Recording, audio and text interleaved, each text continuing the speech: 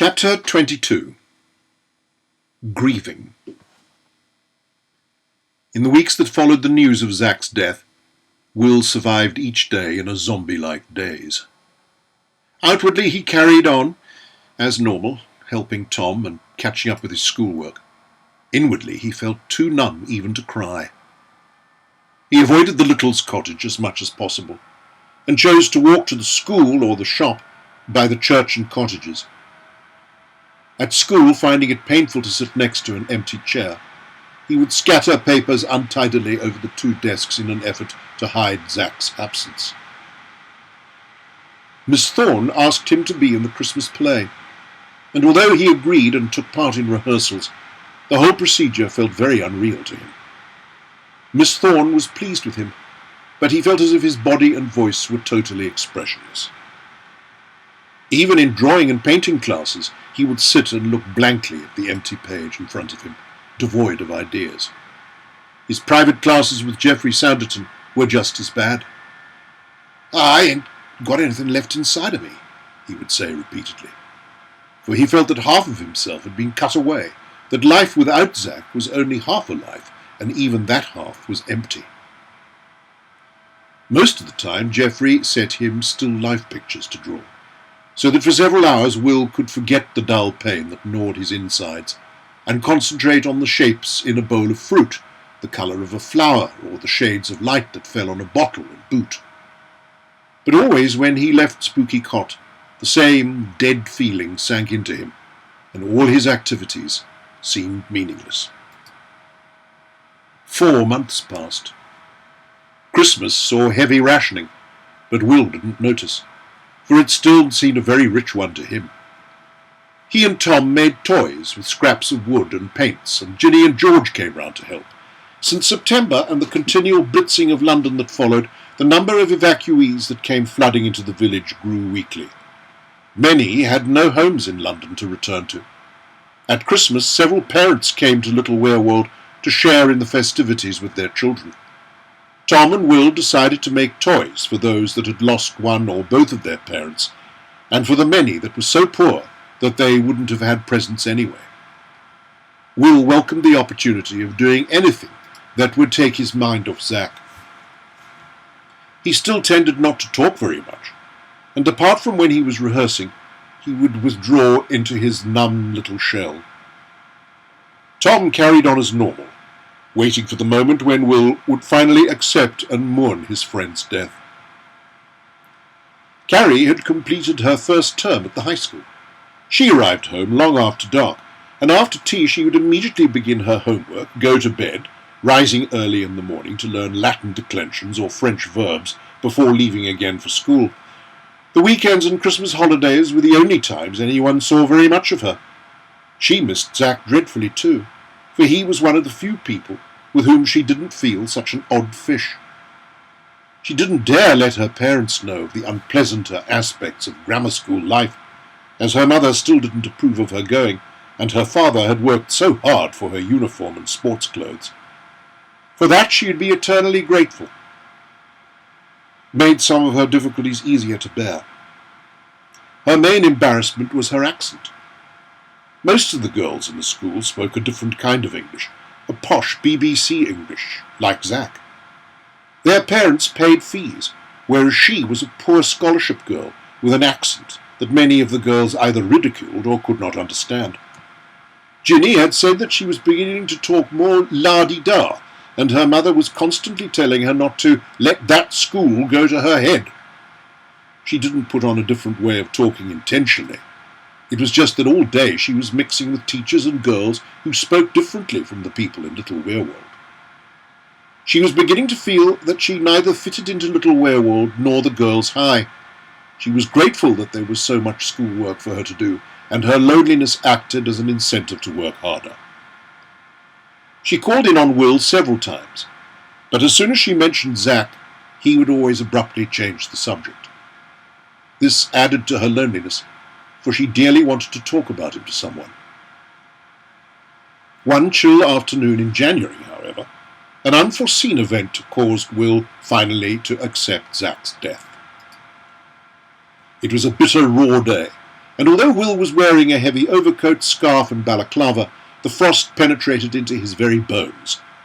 He let the graveyard gate clang noisily behind him and set off towards Spooky Cot, taking, as usual, the route around the fields on the Grange side. He always avoided retracing the way he and Zack had taken on their last morning together. It seemed as if the very ground had frozen. The hard furrows in the fields were as immobile as waves of corrugated iron, and the few surviving tufts of grass that remained crackled as his boots hit the hoarfrost that coated them. Eventually he came to the gap in the hedge, which served as Geoffrey Sanditon's gate. He crunched his way up the tangled garden and knocked on the door. He glanced round at the trees, which were now quite naked and thin, and blew into his hands, stamping his feet into some semblance of life. He was just thinking how vulnerable the trees appeared when Geoffrey opened the door. "Hello," he said cheerily. "I've just put the kettle on. Sling your coat on an armchair and make yourself warm." Will gladly divested himself of his heavy winter garments and curled himself up at the foot of an armchair by the hearth. "Get those fingers loosened up first," yelled Geoffrey from the kitchen. "Don't go sticking them straight out in front of the fire." But Will didn't need telling. He remembered last winter when he had held his frozen hands above the range and how painful the sudden transition from cold to hot had been. Geoffrey came hobbling in carrying a large pot of tea. Since having a wooden leg, he had dispensed with his crutches completely and now used a magnificent ebony walking stick that Amelia Thorne had given him. It was silver-topped, with strange, ornate designs carved around the knob. The cottage had changed radically since Will's first visit. Geoffrey and Amelia Thorne had taken an instant liking to each other, and between the two of them they had cleaned and painted the walls, adding shelves, bits of furniture, and potted plants on the way. "What have you brought me to see?" asked Geoffrey, as they sat down by the fire. Will glanced shamefacedly down at the rug. He undid a cardboard folder and produced a drawing of a chewed-up bone in one of Tom's slippers. Geoffrey examined it intently. Will avoided his eyes. After they had drunk their tea, Geoffrey put the teapot on the mantelpiece above the fire. Beside it he placed a photograph of two young men with their arms around each other. They seemed to be laughing a great deal. In front of the teapot he laid his pipe. "Those are your subjects this afternoon." Will recognized one of the young men as Geoffrey. "Who's the other man?" he asked. "Is he your brother?" "Best friend," he replied. "Killed in action. Very talented. A brilliant sculptor." "Oh," said Will quietly. "That's his pipe, actually." "You use his pipe?" "Yeah. I know you would have wanted me to have it. It makes him still a little alive for me whenever I smoke it. Do you understand?" Will didn't, nor did he wish to. It was bad enough possessing Zack's old Shakespeare. He had wrapped it up and given it to Tom to put away in his cupboard, together with the cartoon picture that Zack had drawn of him. He sat down immediately to work. Usually he could immerse himself totally in the objects he was drawing, but every time he caught sight of the laughing young man in the photograph and the pipe, it disturbed him. They no longer seemed inanimate objects. They were alive. He began to wonder if the two men had ever drunk tea together out of the same teapot. He attempted to draw steadily, but found his hand trembling. Suddenly he saw Zack on his colourful bicycle, singing and lifting his arms high in the air, yelling, "Look! No hands!" and falling straight into a hedge. And he remembered his scratched face, grinning up at him. He sat for 3 hours at the drawing, and spent most of the time gazing morbidly through the window, watching the sky. Geoffrey put the blacks up and lit the gas lamp. "Time to stop," he said, and he peered over Will's shoulder. I'm sorry," mumbled Will. I don't seem to be able to—" His voice trailed into silence. "Sit down by the fire and I'll toast us some muffins." Will cheered up a little at this. He curled up in the armchair. While Will was gazing dreamily into the fire, he heard a click. Geoffrey had opened the gramophone and was winding it up. "What are you doing?" "Putting on some music." The record made its swishing sound as the needle circled around its dark edge, and then the music started. It was the same that he and Zack had listened to, when they had sat amongst the chaos and candles, the day they had first come to the cottage. Will wanted Geoffrey to take it off, but he couldn't bear to speak or look at him in case he broke down, so he returned to staring at the fire. And as he did so, he suddenly felt that it was not just he who was gazing into the flames. It was both he and Zack. He could feel Zack sitting beside him, bursting with excitement and desperately wanting to move with the music, while he was happy just to listen. It was an unnerving feeling. He caught sight of the photograph on the mantelpiece, and it reminded him of a snapshot that Mrs. Clarence had taken of him and Zack in Salt on the Mouth. As soon as the record had come to an end and the needle swung indolently and repeatedly in the centre of it, he pushed himself firmly to his feet and grabbed his balaclava and coat. "I must leave. Get back," he choked out hoarsely. Geoffrey nodded and showed him to the door. He squeezed Will's shoulder gently. "Better to accept than pretend that he never existed," he said quietly. Will didn't want to hear. His eyes were blurred and his body hurt all over. He stumbled into the darkness, and instead of leaving through the gap in the hedge, he found himself free of it and headed blindly in the direction of the woods and river. Tripping and falling over the roots of the trees, he scratched his face against unseen branches. A disturbed owl screeched loudly and flew above his head, but he hardly heard it. At last he finally reached the river. He stood by it, staring at its glassy surface, his chest and shoulders pounding, his gut aching. He felt again Zack's presence next to him, felt him staring up at the starry night and coming out with some strange fragment of poetry. "No, no," he whispered, shaking his head wildly. "No, you're not here. You'll never be here." With one angry sob, he picked up a dead branch and struck it against a tree trunk until it shattered.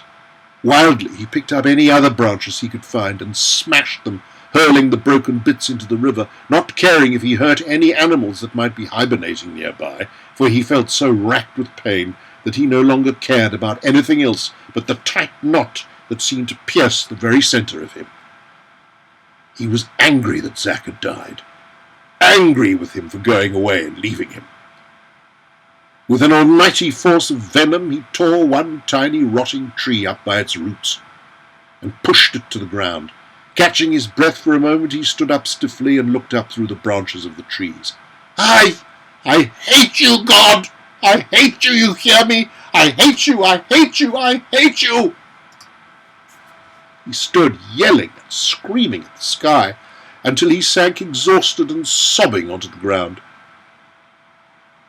He had no idea how long he had lain there, asleep. Felt like a year. Slowly he crawled to his feet, rigid and shivering. He hauled himself up the bank and stumbled through the woods. Tom was waiting for him by the gate. He was about to give Will another 5 minutes before heading out towards Spooky Cot, when he heard light footsteps coming along the road. He peered through the darkness and caught sight of a blonde tuft of hair sticking out of Will's balaclava. His face was covered in earth and tear stains, and his lips and eyelids were swollen and puffy. "Come on in," he said, breaking silence, and he put an arm around Will's shoulders as they walked along the pathway to the cottage. Just as he was opening the front door, Will turned quickly. "I'm sorry, Dad," he said. I didn't think you'd be worried, like.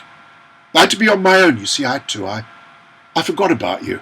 I didn't think. Sorry." "You're home now," said Tom. "You look fair whacked. You best get washed and go to bed." It wasn't until Will was asleep and Tom was lying in his own bed that he allowed the full impact of Will's words to sink in. "He called me Dad," he whispered croakily into the darkness. "He called me Dad." And although he felt overwhelmed with happiness, the tears ran silently down his face. "Will!" cried Aunt Nance, opening the back door. She was speechless for a moment. "Come in, come in!" Will stepped into the kitchen. "Mulled wine," she began, and then stopped herself. Mulled wine was Zach's nickname for hot blackcurrant juice. Yeah, please," answered Will, and he sat down and watched her making it. "We've missed you coming round," she said, handing it to him and joining him at the table.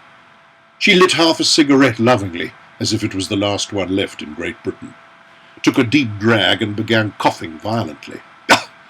"I've left Zach's room as it was," she said, recovering. Will nodded and blew into his drink. "Dr. Little and myself, we didn't want to touch anything until you wanted us to, all right?" Will looked up and smiled. "Yeah." "Good," she said, and sat back, feeling relieved. "Can I ride his bike?" Mrs. Little wasn't quite sure if she'd heard correctly. "What?" she queried. "What did you say?" "Can I ride his bike?" "Zach's?" "Yes, if you want." She stared at him for a moment. "You'll probably have to lower the seat." "Yeah, I know." "I didn't know you could ride." "I can't.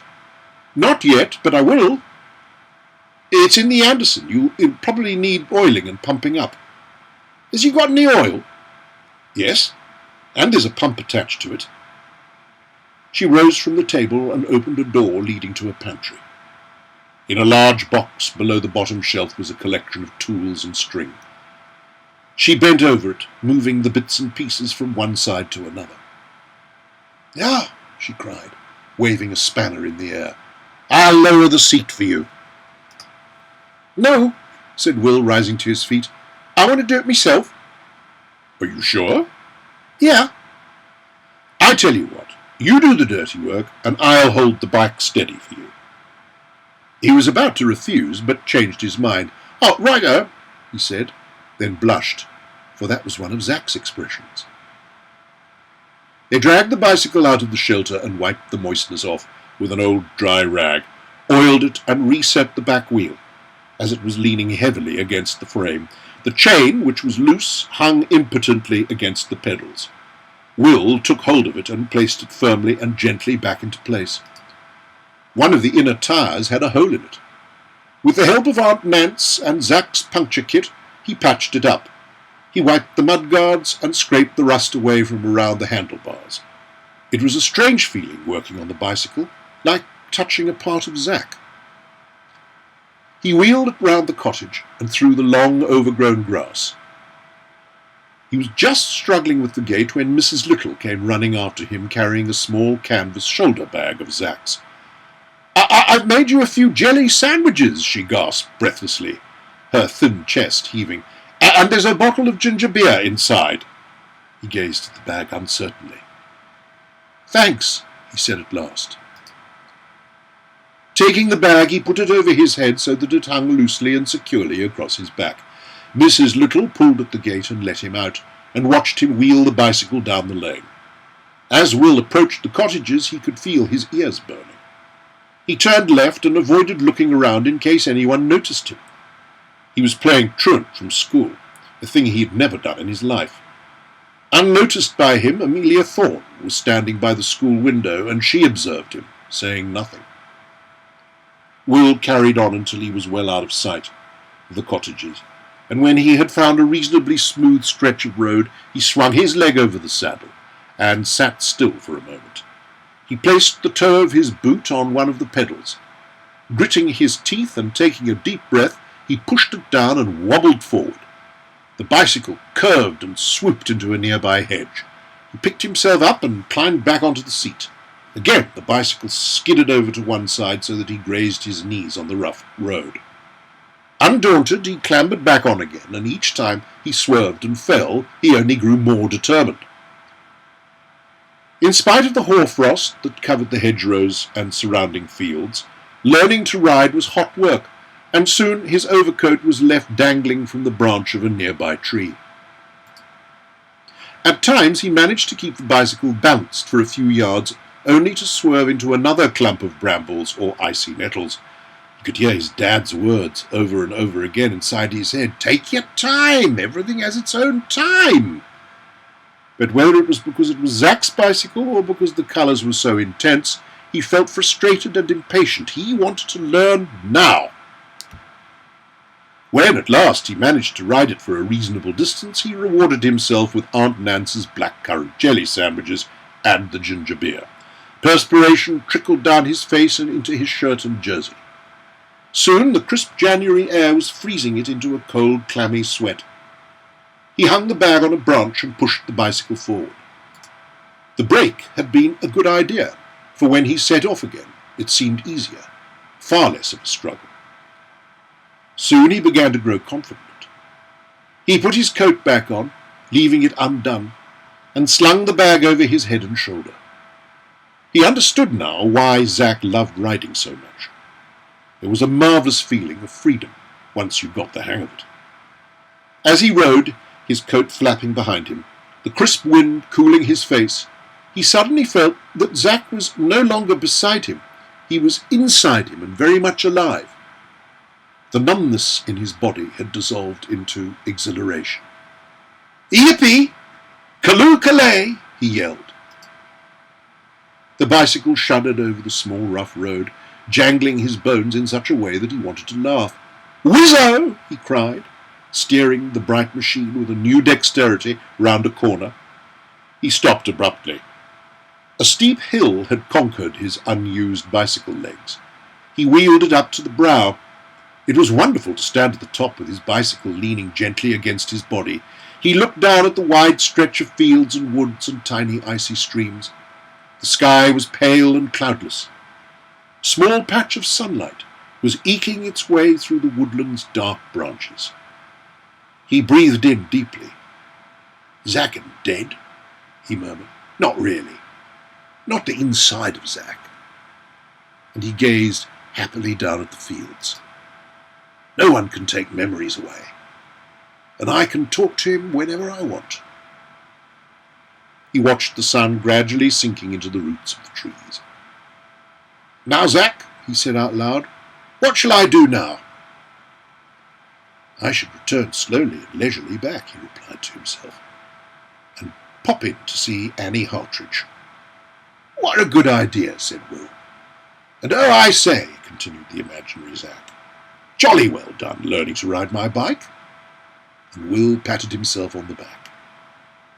He turned the bicycle and cycled back down the hill, controlling the fast decline with his brakes.